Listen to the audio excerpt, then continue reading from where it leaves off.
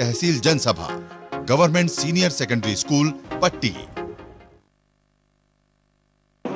आज विमान की देरी होने से थोड़ा विलंब हुआ, मैं उसके लिए क्षमा प्रार्थना के साथ कुछ महत्वपूर्ण बिंदुओं के ऊपर आपके माध्यम से पूरे देश के सामने कुछ बिंदुओं पर ध्यान आकर्षित करना चाहते हैं आपका। आज पूरा विश्व एक जन क्रांति के दौर से गुजर रहा है। मिस्र, इजिप्ट, लीबिया में क्रांति हो चुकी है। 2-3 देशों में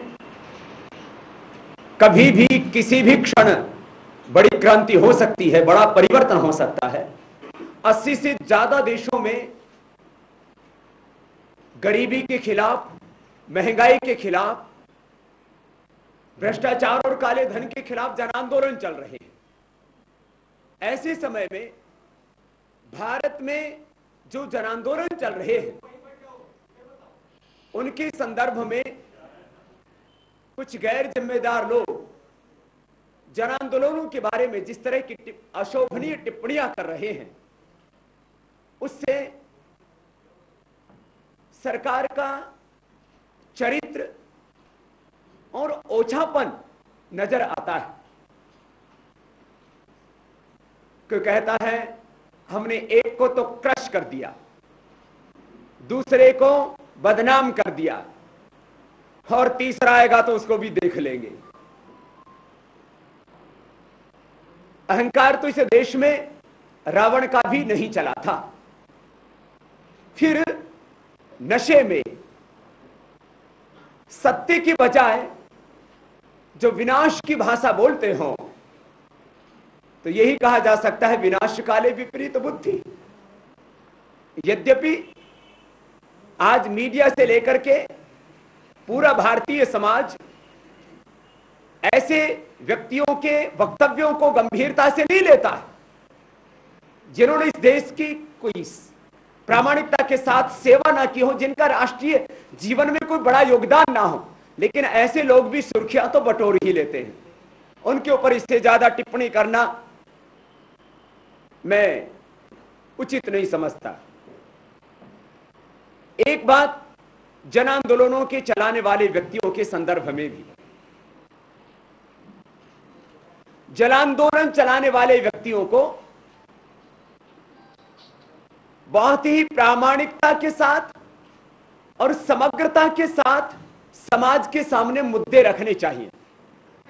जैसे भ्रष्टाचार को मिटाने की बात है, मुझे शिष्य रविशंकर जी ने भी संदर्भ में एक टिप्पणी दी, तो उस टिप्पणी को अन्यथा अर्थ में ही लिया गया। फिर उनको बाद में स्पष्टीकरण देना पड़ा। उन्होंने कहा था, मैं भी उस बात को लंबे अरसे से कह रहा हूं और जंतर मंत्र के पहले आंदोलन से लेकर के रामलीला मैदान के दूसरे आंदोलन, तीसरे आंदोलन में भी मैंने उस बात को कहा कि मजबूत लोकपाल बनाना भ्रष्टाचार को मिटाने की दिशा में पहला और अत्यंत महत्वपूर्ण कदम है। यहां से यात्रा शुरू होती, यहां से वो यात्रा पूरी नहीं होती है। इसलिए भ्रष्टाचार को मिटाने के लिए जन आंदोलन चलाने वाले व्यक्तियों को भी 3 महत्वपूर्ण बिंदुओं के ऊपर बात रखनी चाहिए, नहीं तो जन आंदोलनों के ऊपर भी भविष्य में लोगों का विश्वास कहीं खत्म ना हो जाए। एक मजबूत लोकपाल बनाना, दूसरा एग्जिस्टिंग जो सिस्टम है उसमें एक गुणात्मक सुधार करना, उसको ज्यादा अकाउंटेबल, रेस्पॉन्सिबल और उसको स्ट्रोंगर बनाना। क्योंकि जनप्रतिनिधियों से लेकर के, न्यायपालिका से लेकर के, कार्यपालिका के शीर्ष अधिकारियों से लेकर के करीब कम से कम 33 लाख लोग सीधा देश को न्याय देने का काम करते हैं। उसको बिना मजबूत बनाए हम भ्रष्टाचार को नहीं मिटा सकते। और आर्थिक नीतियों में और कर प्रणाली में जब तक सुधार नहीं होगा मैं यदि थोड़ा सा इसको और व्यापक रूप में बोलूं, बड़े नोट जब तक बंद नहीं होंगे और टैक्सेशन कम नहीं होगा तब तक भ्रष्टाचार मिट ही नहीं सकता। और इसके लिए मूलभूत परिवर्तन करना पड़ेगा। लोगों के भीतर नैतिकता को बढ़ाना पड़ेगा, आध्यात्मिकता को बढ़ाना पड़ेगा। और नैतिकता, आध्यात्मिकता कानून बनाने से नहीं बढ़ती है, उससे एक डर जरूर पैदा होता है, लेकिन खौफ से बेखौफ हुए लोग रोज भ्रष्टाचार कर रहे हैं। इसलिए नैतिकता और आध्यात्मिकता को बढ़ाने के लिए योग एकमात्र समाधान है। हमारे आंदोलन के दो पक्ष हैं।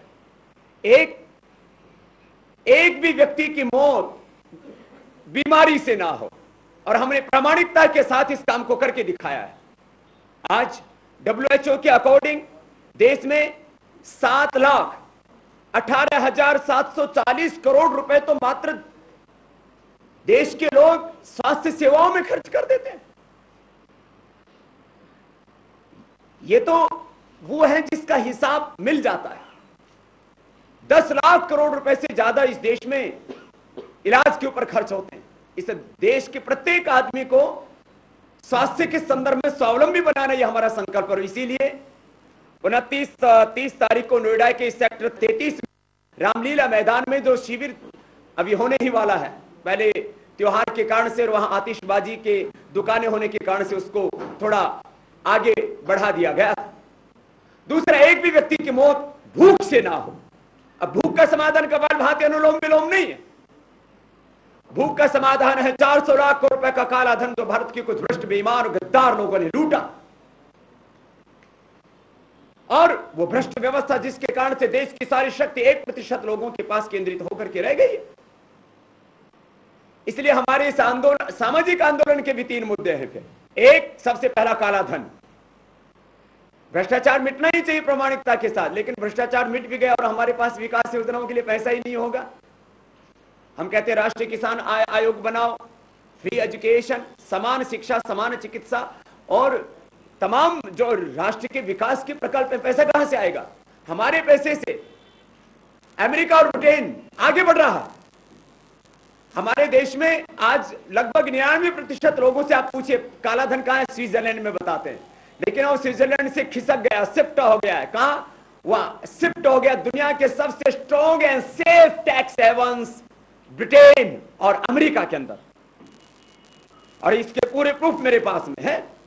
आप भी टैक्स जस्टिस नेटवर्क की साइट पर जाकर के वहां कि 25 एमपीओ का एक प्रेसिडेंट के नाम पत्र पढ़ सकते हैं आप। $10.6 ट्रिलियन, बहुत बड़ा अमाउंट है साहब। $10.6 ट्रिलियन, माने अमेरिका की जीडीपी से थोड़ा सा कम। तो अमेरिका के अंदर इकोनॉमिक सिक्योरिटी लॉज के तहत पैसा जमा है, और उसमें भी 3.6 तो डेलावियर में अकेले में है, जहां के स्विट्जरलैंड से भी ज्यादा इकोनॉमिक जो सिक्योरिटी लॉज है वो स्ट्रॉन्ग है। इसी तरह से केमन आइलैंड की बात हो यूके के, तो मैं इसलिए इस बात को कह रहा हूं, ये काला धन का मुद्दा बहुत बड़ा है और बहुत प्रामाणिक है। अब काले धन के ऊपर एक सहमति तो सबकी बन रही है, भाई ये विदेशों में जमा अवैध धन, काला धन और अवैध संपत्ति और राष्ट्रीय संपत्ति घोषित होनी चाहिए, लेकिन इसके प्रोसीजर के ऊपर कोई नहीं बात करता। मैं सभी पार्टियों से को इस बारे में एक ही आईने से दिखता। काले धन वापस कैसे आएगा? अब इसके ऊपर मैं आपकी जानकारी के लिए, क्योंकि हमने ये बहुत ही महत्वपूर्ण चिट्ठी लिखी है माननीय प्रधानमंत्री जी को। अब इस चिट्ठी को पहले हम अपनी वेबसाइट के ऊपर डाल रहे हैं, फिर पूरे देश के अर्थशास्त्रियों से लेकर के सब लोगों के इसमें व्यूज लेंगे और उसके बाद प्रधानमंत्री को भेजने वाले हैं। काला धन वापस लाने के लिए तो खाली एक काम करने की जरूरत है साहब, खाली एक काम करने की जरूरत है, और सारी राजनीतिक पार्टियों को इस मुद्दे पर हम सहमत करेंगे। और वो ये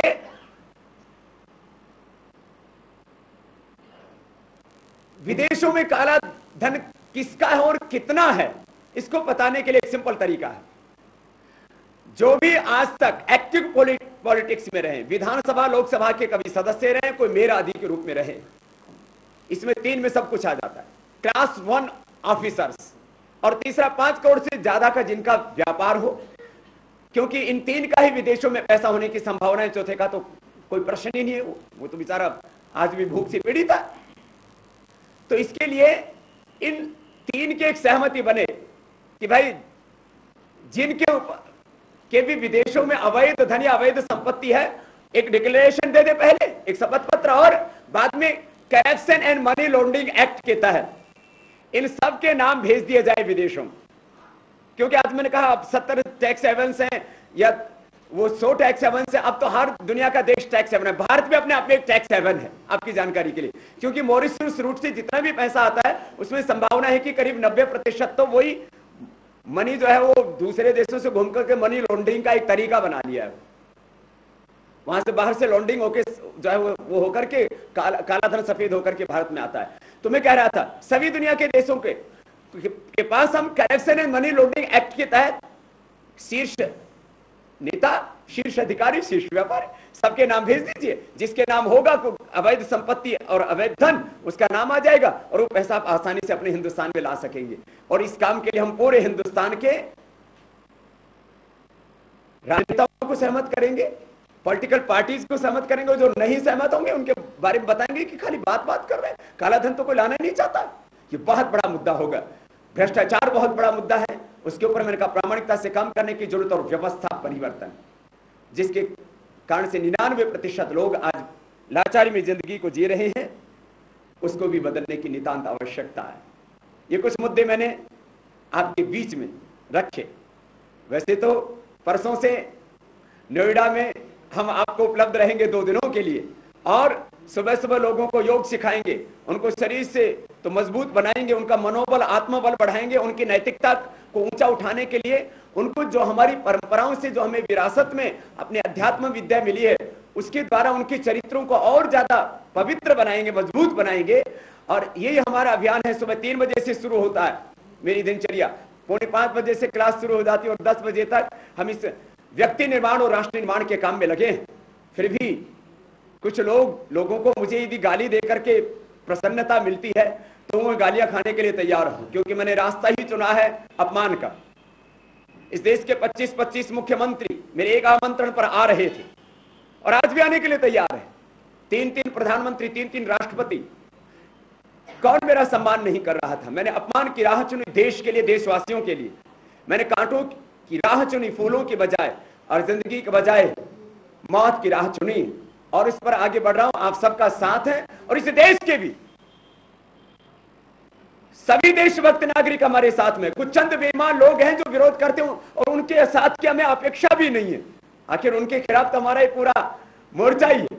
इसलिए कुछ लोगों ने बहुत तरह की बातें कही कि बाबा के साथ कितने लोग। आपने झांसी से लेकर के और नोएडा में आप देखना, इसके बाद मुजफ्फरनगर से होते हुए हम पंजाब जाएंगे, वापस पुनः उत्तर प्रदेश में आएंगे। और जो भ्रष्ट और बेईमान लोग हैं उनकी औकात भी अपने आप ये देश बताएगा, कुछ बता चुका है। आने वाले 5 विधानसभा के चुनाव में और लोकसभा के चुनाव में एक निर्णायक जंग होगी। और हम कोई फतवा जारी नहीं कर रहे राजनीति में। कुछ लोगों ने मुझसे कहा बाबा आप लोगों ने एक फतवा संस्कृति शुरू कर दी है, इसका विरोध करो, इसका समर्थन करो। हमने कहा हम राजनीति में मुद्दों के आधार पर समर्थन और विरोध की एक स्वस्थ परंपरा डाल रहे हैं। क्योंकि पॉलिटिकल पावर अचीव करना हमारा मकसद नहीं है, लेकिन पॉलिटिकल प्योरिटी तो देश में होनी ही चाहिए, और यह हर देशभक्त नागरिक का कर्तव्य है। हमने सरकारी योजनाओं का कोई लाभ नहीं उठाया और हमने कहीं पर जो है आने जाने के लिए ओवर बिलिंग नहीं की। इसलिए, और यदि कहीं किसी को शक और गुंजाइश लगती है कहीं पर जांच की, तो मुझे ऐसा लगता है कि पहली बात तो यह कि जन आंदोलन चलाने वालों को प्रताड़ित किया जाता है। तो और यदि कहीं आरोप लगाए भी जाते हैं, आरोप किस पर नहीं लगाए गए? जो भी राष्ट्रव्यापी कोई किसी आंदोलन से जुड़ता है, उसका नेतृत्व करता है, उसी के ऊपर आरोप जड़ दिए जाते हैं। इसलिए आरोप लगाने से मैं किसी को अपराधी नहीं मानता। उसका पूरा का पूरा चरित्र का मूल्यांकन हमें प्रामाणिकता के आधार पर करना चाहिए। आज हमारे साथ कितने लोग हैं और जो लोग रावण की भाषा बोल रहे हैं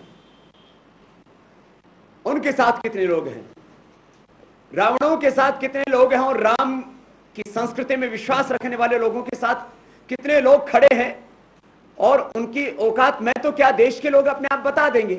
इसलिए मुझे उनके ऊपर टिप्पणी करना, मैंने कहा जिन व्यक्तियों का कोई व्यक्तित्व गरिमापूर्ण नहीं है उनके ऊपर वक्तव्य देना मैं अपनी जुबान को गंदा करना समझता हूं। इसलिए मैं उनके ऊपर कोई सीधी टिप्पणी आज तक नहीं की, आगे भी नहीं करूंगा, लेकिन अपनी राह जो सत्य की राह है उस पर हम आगे बढ़ रहे हैं। और इस देश के करोड़ों लोग हमारे पहले भी साथ थे, आज हैं, और इस व्यवस्था को बदलने तक हमारे साथ में रहेंगे। हिसार में हमने जो किया, हमने राजनीतिक फतवे की तरह नहीं किया, और हमारे कोई 2-3 कार्यकर्ता वहां नहीं गए अखबारों में जो है अपनी फोटो छपवाने के लिए, टीवी में अपनी शक्ल दिखाने के लिए।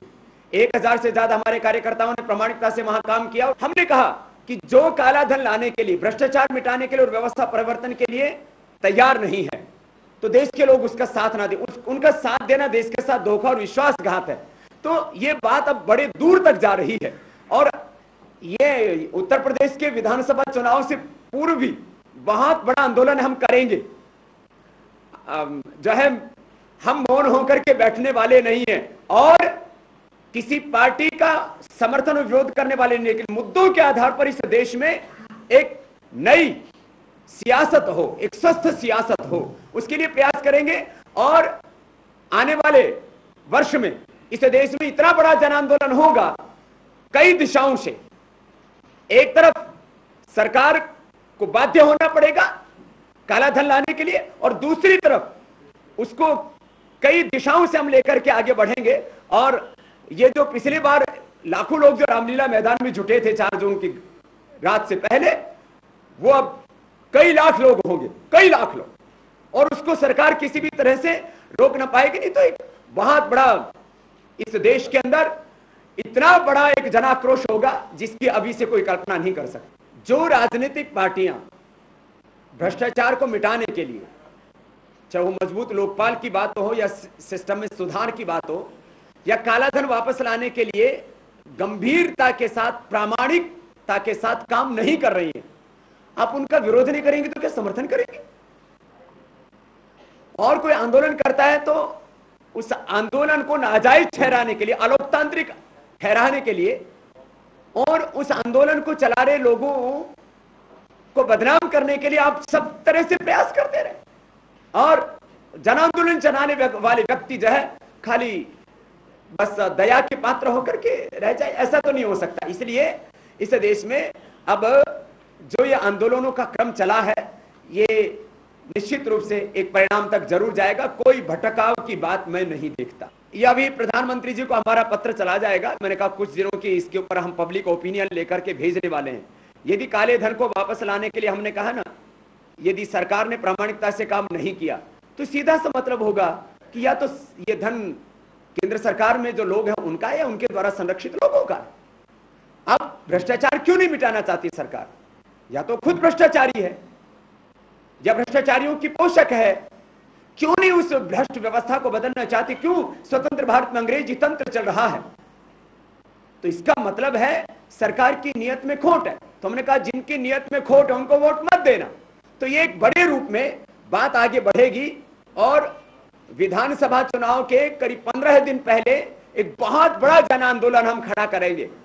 मैं तो अपने आप को और अन्ना साहब को और पूज्य श्री रविशंकर जी को अलग नहीं देखता हूं, और ये 3 व्यक्तियों की बात नहीं, ये तो बात भ्रष्टाचार की है, काले धन की है, व्यवस्था परिवर्तन की 3 मुद्दों की बात है। 3 मुद्दों पर बात रहनी चाहिए। 3 व्यक्ति कौन होते हैं? आज हम हैं, कल नहीं रहेंगे, लेकिन ये मुद्दा रहेंगे, और मुद्दों के आधार पर ही आगे की भारत की राजनीति होगी। जो है पूज्य श्री रविशंकर जी के अलग कार्यक्रम, तीनों एक साथ बैठ जाएंगे तो गति अवरुद्ध हो जाएगी। इसलिए तीनों दिशाओं से आगे बढ़ना चाहिए। और मैं देखो, मैं जवान हूं, अब अन्ना साहब बुजुर्ग हैं, मैं उनको 4:45 बजे अपने मंच पे बैठा के लाऊं खींच के कि आओ साहब आप भी योगिक जोगिंग करो, सूर्य नमस्कार करो, दंड बैठक लगाओ, आप भी कपाल भाती अनुलोम विलोम करो मेरे साथ बैठ के। तो ये जो है हमारी जो संस्कृति है वो इसकी इजाजत नहीं देती। बुजुर्ग लोगों को कभी कभी आना चाहिए, जवान लोगों को तो रोज मैदान जंग में रहना चाहिए।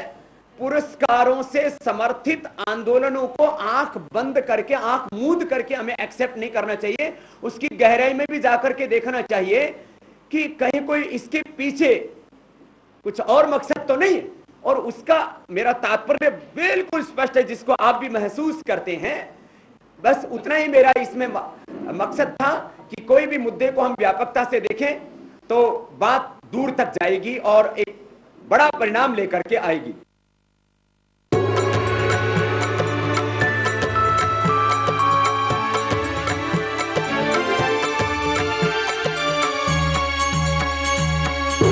आस्था जीवन का आधार।